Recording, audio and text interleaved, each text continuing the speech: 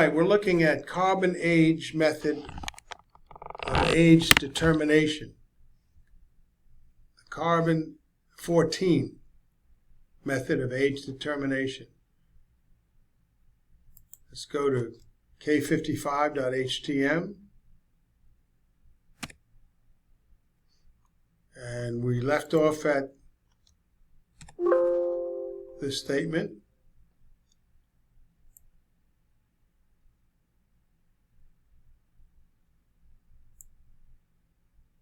You misspell the word carbon, you're not going to find it. There you go. We're looking at this scientist, J.L. Culp. There are some false assumptions made of the carbon dating method. And this scientist, he wrote an article in Scientific Monthly a while back, to which we might add the assumption of the constancy of the rate of decay of the carbon-14 atoms. See, there is no doubt that this carbon dating method constitutes a very ingenious and powerful dating tool. So he's adding to this assumption the constancy of the rate of decay of the carbon-14 atoms. The assumption that dead organic matter is not altered with respect to its carbon content by any biologic or other activity, the assumption that the carbon dioxide content of the ocean and atmosphere has been constant with time, and the assumption that the huge reservoir of oceanic carbon has not changed in size during the period of applicability of the method, and the assumption that the rate of formation and the rate of decay of radiocarbon atoms have been in equilibrium throughout the period of applicability, which has been proven false. Every one of these assumptions is highly questionable in the context of the events of creation and deluge. Okay? Now, we have to prove this, but it is falsely maintained by evolutionists that the method has been verified beyond any question by numerous correlations with known dates. Here an observation by Libby himself is interesting and in point. The first shock Dr. Arnold and I had was that our advisors informed us that history of mankind's civilizations extended back only 5,000 years. We had thought initially that we would be able to get samples all along the curve back to 30,000 years, but the points in and then put the points in, and then our work would be finished. You read books and find statements that such and such a society or archaeological site is 20,000 years old. We learn rather abruptly that these numbers, these ancient ages, are not known. In fact, it is about the time of the first dynasty in Egypt that the last historical date of any real certainty has been established. So these scientists are going over these historical works and finding all kinds of nonsense. So Libby goes on, it is obvious, therefore, that any genuine correlation of the radiocarbon method with definite historical chronologies is limited only to some time after the flood and dispersion. Now, we've already found out that most evolutionists kind of concede the idea that the Ice Age was promoted before this by a huge flood, a worldwide flood, and dispersion of all the matter that flood did, and then the lower temperatures into the Ice Age. And the major assumptions in the method are evidently valid for this period, but this does not prove their validity for more ancient times, the periods in which we would infer that the assumptions are very likely wrong, and therefore the dating's also wrong. So, attempts were made to apply the carbon-14 method to earlier datings have, in fact, been called into serious question by evolutionary geologists themselves for entirely different reasons than their own. One reason of which is that the carbon dating method conflicts with their own falsely established geological timescale and must be rejected because it refutes their false agenda of evolution. So carbon dating didn't support a lot of stuff, so they throw it out. Others, where it does support, they say, well, no, this is good. Wow, it sounds like a belief system. Charles B. Hunt, who is recent president of the American Geological Institute, a scientist, has cautioned, in order that a technique or discipline may be useful in scientific work, its limits must be known and understood, but the limits of usefulness of the radiocarbon age determinations are not yet known or understood. No one seriously proposes that all the determined dates are without error, but we do not know how many of them are in error. 25, 50, 75%. And we do not know which dates are in error, and by what amounts or why. That's not me. I didn't write this. This is what he wrote. Scientific Monthly. Hunt emphasizes particularly the danger of contamination of the sample by external sources of carbon, especially in damp locations. Evolutionist and geologist Dr. Ernst Antevs has sharply criticized the radiocarbon method because it contradicts his estimated dates for the glacial period, which are based on his highly suspect varved clay calculations. But his point about the unreliability of the carbon-14 dating method are nevertheless well taken. So I guess he tried to do some objective research to throw out carbon dating because it disagrees with his book on age because of varved clay calculations. He says, in appraising carbon-14 dates, it is essential always to discriminate between the carbon-14 age and the so-called actual age of the sample. Wow. Notice his determination to present his own unverifiable method as actual. Here we go. The laboratory analysis determines only the amount of radioactive carbon is present. However, the laboratory analysis does not determine whether the radiocarbon is all original or is part secondary, intrusive, added later, or whether the amount has been altered in still other irregular ways besides by natural decay. He makes a good point, for a bad reason. Ernst Antevs, Geological Tests of the VARV and Radiocarbon Chronology. So he's comparing the two in the Journal of Geology. A conference on radiocarbon dating held in October 1956 resulted in the following conclusions about the reliability of the method. Local variation, especially in shells, can be highly significant.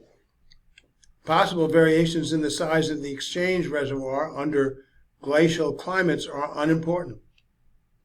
The most significant problem is that of biological alterations of materials in the soil. This effect grows more serious with greater age. To produce an error of 50% in the age of a 10,000-year-old specimen would require the replacement of more than 25% of the carbon atoms. For a 40,000-year-old sample, the figure is only 5%, while an error of 5,000 years can be produced by about 1% of modern materials. Much more must be done on chemical purification of samples. Wow. Okay, F. Johnson, Arnold, and Flint, radiocarbon dating. The problem of atmospheric contamination by fossil fuels has also come in for some consideration since the burning of coal and oil during the past century, and much more has added measurably to the amount of carbon dioxide in the carbon style. This means that the standard figures as to present content of carbon dioxide in the exchange reservoir of carbon on which radiocarbon age calculations are based are incorrect with respect to conditions under which older specimens were formed and have since been decaying.